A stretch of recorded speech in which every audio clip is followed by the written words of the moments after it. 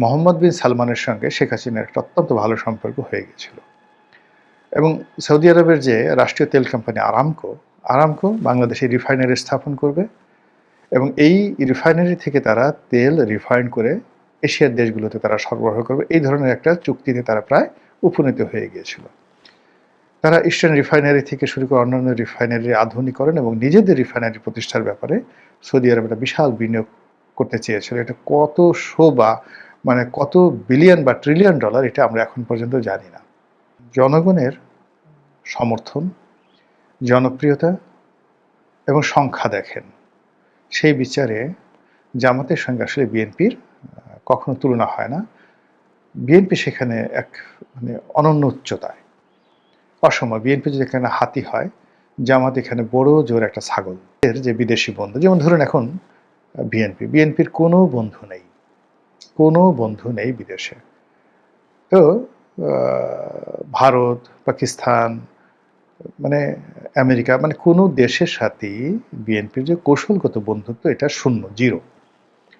কিন্তু জামাতে কি আছে দেখেন, জামাতের সাথে পাকিস্তানের ভালো সম্পর্ক, তুরস্কের ভালো সম্পর্ক, ইরানের ভালো সম্পর্ক, চীনের ভালো সম্পর্ক, এবং এরা টাকা দিয়ে, প্রয়োজনে টাকা দিয়ে, কিংবা ওই যাকে বলে ওদের যে বায়তুল মাল রয়েছে, সেই বায়তুল মালে তারা অর্থ দিয়েও তারা জামাতের সাথে। আসসালামু আলাইকুম রহমতুল্লাহি ওয়া বারাকাতুহু। সম্মানিত দর্শক, সারা বাংলাদেশে ছাত্রলীগের অস্বাভাবিক তৎপরতা শুরু হয়েছে এবং এটা অনেকটা সেই যে আওয়ামী লীগ জামানাতে ছাত্র শিবির যেভাবে করত তার ঠিক কাছাকাছি রেখে বাকি অংশটা প্রকাশ্যে করা হচ্ছে। অর্ধেক জামাত শিবিরের সেই যে গুপ্ত পলিসি, সেই পলিসি, আর বাকি অর্ধেক ছাত্রলীগের যে নিজস্ব যে এজেন্ডা রয়েছে, সেই এজেন্ডা অনুযায়ী তারা কাজ করছে।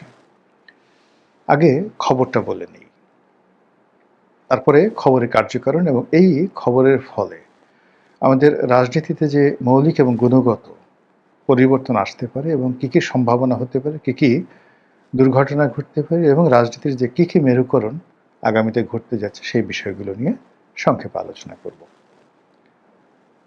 খবরটি হলো যে সারা বাংলাদেশে ছাত্রলীগের কমিটি হচ্ছে এবং প্রকাশ্যে সেই কমিটিগুলো তারা ঘোষণা করছে।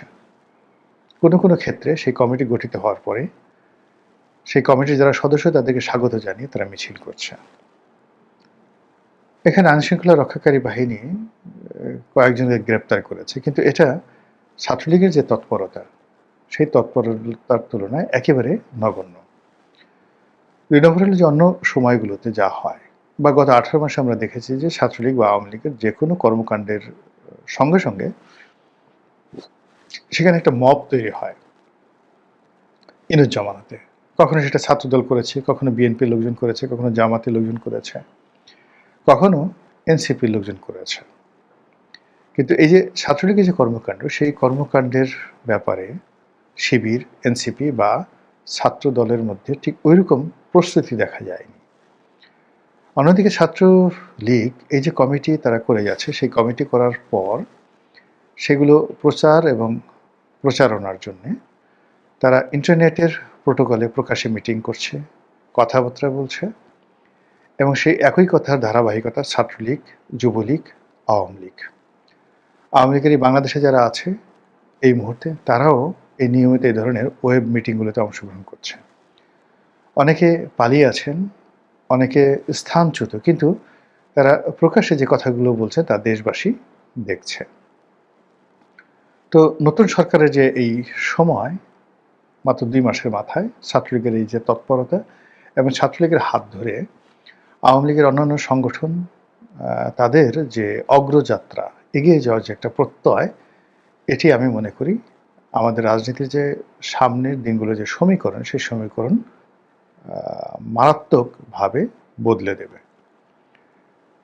আওয়ামী লীগকে যত সহজ মনে করা হয়েছিল বা ছাত্রলীগকে যত সহজে দমন করার কথা চিন্তা করা হয়েছিল, বা যেভাবে মানুষজনের মধ্যে একটা বিশ্বাস, আস্থা তৈরি হয়েছিল যে এরা কিয়ামত পর্যন্ত আর ফিরে আসবে না, এদের অবস্থা মুসলিম লীগের মতো হবে, এরকম যারা আলাপ আলোচনা করেছিলেন, তারা সঙ্গত কারণে বর্তমান ছাত্রলীগের এই তৎপরতা দেখে হতাশ।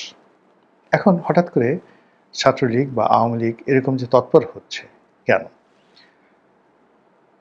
প্রথমত আপনারা দেখেন যে সরকারের সঙ্গে অর্থাৎ বিএনপির সঙ্গে জামাতের, বিরোধী দল জামাতের সম্পর্কটা টানাপোড়েন চলছে এবং এই সম্পর্কটা একটা অসম সম্পর্ক। অসম সম্পর্ক দুই দিকে। যদি আপনি জনগণের সমর্থন, জনপ্রিয়তা এবং সংখ্যা দেখেন, সেই বিচারে জামাতের সঙ্গে আসলে বিএনপির কখনো তুলনা হয় না। বিএনপি সেখানে এক মানে অনন্য উচ্চতায়, অসম। বিএনপি যেখানে হাতি হয়, জামাত এখানে বড় জোর একটা ছাগল, এর বেশি নয়। কিন্তু যদি আপনি সাংগঠনিক ক্ষমতা ধরেন, অর্থনৈতিক শৃঙ্খলা ধরেন, ডেডিকেটেড দলের প্রতি যারা ডেডিকেটেড বা যাদের ডেডিকেশন রয়েছে, এই ধরনের লোকজনের আধিক্যের কথা চিন্তা করেন, একটা সংঘবদ্ধ রেজিমেন্টাল ফোর্সের কথা চিন্তা করেন, তাহলে আপনি জামাতকে ধরতে পারেন একটা অতি উচ্চ মার্গের শিকারী বাঘ, রয়্যাল বেঙ্গল টাইগার অথবা আফ্রিকার সিংহ, তা আবার মেয়ের সিংহ নয়, পুরুষ সিংহ। আর অন্যদিকে দেখা গেল যে খুব বিশাল একটা শরীর আছে বিএনপির, কিন্তু নিজেকে রক্ষা করার মানে তার ওইরকম কোনো পলিসি নেই। আপনি এটাকে হাতির সঙ্গে তুলনা করতে পারেন। হাতি রাগ হয়ে সে তাণ্ডব করতে পারে, কিন্তু শিকারীর বন্দুক বা কোনো শিকারী প্রাণীর যে আক্রমণ, তার থেকে নিজেকে সে রক্ষা করতে পারে। অথবা ধরেন জেব্রা, জেব্রার সবচেয়ে বড় শক্তি হলো তার দুটো পা, প্রচণ্ড শক্তিশালী দুটো পা। সে যদি তার কোনো পায়ের নাগালে কাউকে পায় এবং সে কাউকে লাথি দিতে মারতে পারে, সেটা বাঘ হোক, সিংহ হোক, স্পট ডেথ। এবং এই দুর্বলতাটা বাঘ সিংহ জানে। এই জন্য তারা করে কি, পায়ের ওই জায়গাটাতে না, সে ভিতরে এসে রানের এমন একটা জায়গাতে কামড় বসায় যাতে করে সে আর পা চালাতে পারে না। তো সেই দিক থেকে রেজিমেন্টাল ফোর্স, অর্থ, কৌশল, তাদের যে বিদেশি বন্ধু, যেমন ধরুন এখন বিএনপির কোনো বন্ধু নেই, কোনো বন্ধু নেই বিদেশে। তো ভারত, পাকিস্তান, মানে আমেরিকা, মানে কোনো দেশের সাথেই বিএনপির যে কৌশলগত বন্ধুত্ব, এটা শূন্য, জিরো। কিন্তু জামাতে কি আছে দেখেন, জামাতের সাথে পাকিস্তানের ভালো সম্পর্ক, তুরস্কের ভালো সম্পর্ক, ইরানের ভালো সম্পর্ক, চীনের ভালো সম্পর্ক, এবং এরা টাকা দিয়ে, প্রয়োজনে টাকা দিয়ে, কিংবা ওই যাকে বলে ওদের যে বায়তুল মাল রয়েছে, সেই বায়তুল মালে তারা অর্থ দিয়েও তারা জামাতের সাথে সম্পর্ক রক্ষা করবে। মধ্যপ্রাচ্যের সবগুলো দেশের সঙ্গে তাদের সম্পর্ক ভালো, ইচ অ্যান্ড এভরি কান্ট্রি। আচ্ছা, এই গেল ওদের অবস্থা। আপনি আওয়ামী লীগের অবস্থা চিন্তা করেন। আওয়ামী লীগের সঙ্গে ভারতের কৌশলগত মিত্রতা রয়েছে, মানে ভারত আওয়ামী লীগের জন্য সব কিছু করতে পারে। এরপর তাদের সঙ্গে কৌশলগত সম্পর্ক রয়েছে রাশিয়ার, এবং ব্যক্তিগত পারিবারিক সম্পর্ক রয়েছে মিস্টার ভ্লাদিমির পুতিনের। তাদের সঙ্গে আমেরিকার অসাধারণ একটা সম্পর্ক আছে আওয়ামী লীগের। এখন দেখেন আওয়ামী লীগের হাজার হাজার নেতাকর্মী আমেরিকাতে এবং ইউরোপে আছে, বুক ফুলিয়ে ঘুরে বেড়াচ্ছে। সম্পর্ক না থাকলে এটা হতো না। এরপর তাদের সাথে, শেখ হাসিনার সাথে একেবারে পারিবারিক সম্পর্ক বর্তমান কাতারের আমিরের সাথে। তিনি তাকে সন্তানের মতো স্নেহ করেন। এ কারণ হলো তার বাবা শেখ হাসিনার ব্যক্তিগত বন্ধু ছিলেন। এ গেল কাতার। দুবাইয়ের সাথে কিন্তু তার সম্পর্ক খারাপ না। এবং শেষের দিকে, অর্থাৎ শেখ হাসিনার জমানার শেষ 2 বছরে মোহাম্মদ বিন সালমানের সঙ্গে শেখ হাসিনার একটা অত্যন্ত ভালো সম্পর্ক হয়ে গেছিল। এবং সৌদি আরবের যে রাষ্ট্রীয় তেল কোম্পানি আরামকো বাংলাদেশে রিফাইনারি স্থাপন করবে, এবং এই রিফাইনারি থেকে তারা তেল রিফাইন করে এশিয়ার দেশগুলোতে তারা সরবরাহ করবে। এই ধরনের একটা চুক্তিতে তারা প্রায় উপনীত হয়ে গিয়েছিল। তারা ইস্টার্ন রিফাইনারি থেকে শুরু করে অন্যান্য রিফাইনারির আধুনিকরণ এবং নিজেদের রিফাইনারি প্রতিষ্ঠার ব্যাপারে সৌদি আরব একটা বিশাল বিনিয়োগ করতে চেয়েছিল। এটা কতশো বা মানে কত বিলিয়ন বা ট্রিলিয়ন ডলার, এটা আমরা এখন পর্যন্ত জানি না। তো এটা হলো সৌদি আরবের সাথে সম্পর্ক। এবং সৌদি আরব কিন্তু কারোর সাথে সম্পর্ক করলে সেই সম্পর্কটা তারা হোল্ড করে। আরবদের কিন্তু একটা শব্দ আছে, হামিম মতো বিপদের দিনের বন্ধু। এই যেমন ডোনাল্ড ট্রাম্পের সাথে এই মোহাম্মদ বিন সালমানের একটা সম্পর্ক ভালো ছিল, ফলে জো বাইডেন 5 বছর চেষ্টা করেও সেই সম্পর্কটা ভাঙতে পারেনি এবং নিজে সেই সম্পর্কটা তৈরি করতে পারেনি। তো আওয়ামী লীগের সেই সম্পর্কটি আছে। তো এরকম আমি এই কটা রাষ্ট্রের নাম বললাম, অর্থাৎ সৌদি আরব, কাতার, তারপর যাকে বলা হয় রাশিয়া, ভারত। এর বাইরে আরো অনেক দেশের সাথে তার সম্পর্ক থাকতে পারে, এবং কি শেষ দিকে পাকিস্তানের সাথে তাদের কিন্তু সম্পর্ক হয়ে গিয়েছিল। তো সেইগুলো যদি চিন্তা করেন, তাহলে এই যে বর্তমান সরকার, সেই সরকার হলো অনেক বড় বিস্তৃত একটা সরকার, বহু সংখ্যক 35% লোক তাদের সমর্থন আছে, কিন্তু এই লোকগুলোর সাথে একে অপরের সঙ্গে সম্পর্ক নেই। এই দলের মধ্যে একজন সিঙ্গেল লোক নেই যে ডাকলে এই 35% লোক চোখ বুজে তার কথা মতো আসবে এবং তার কথা পালন করবে, যেভাবে শেখ হাসিনার কথা পালন করে, যেভাবে জামাতের লোকজন তার আমিরের কথা পালন করে, এমনকি ডাক্তার মাসুদের কথা যেভাবে পালন করে, বিএনপিতে এরকম একজন ডাক্তার মাসুদ পাবেন না, জামাতের সভাপতি পাবেন না। বিএনপিতে এইভাবে একজন শেখ হাসিনা নাই, একজন জাহাঙ্গীর কবির নানক নাই, একজন আলাউদ্দিন নাসিম নাই, একজন আরো অনেক, এমনকি ওবায়দুল কাদেরও নেই। তো এই মানে অপূর্ণতাগুলো আপনাকে চিন্তা করতে হবে। ঠিক সেই অপূর্ণতার মধ্যে 11 দল, অর্থাৎ বর্তমান যে বিরোধী দল আছে তাদের যে জোট 11 দল, তাদের সঙ্গে সরকারের একটা সম্পর্ক যাচ্ছে, টানাপোড়েন সম্পর্ক যাচ্ছে, এবং এটি কতগুলো ভয়াবহ ইঙ্গিত দিচ্ছে।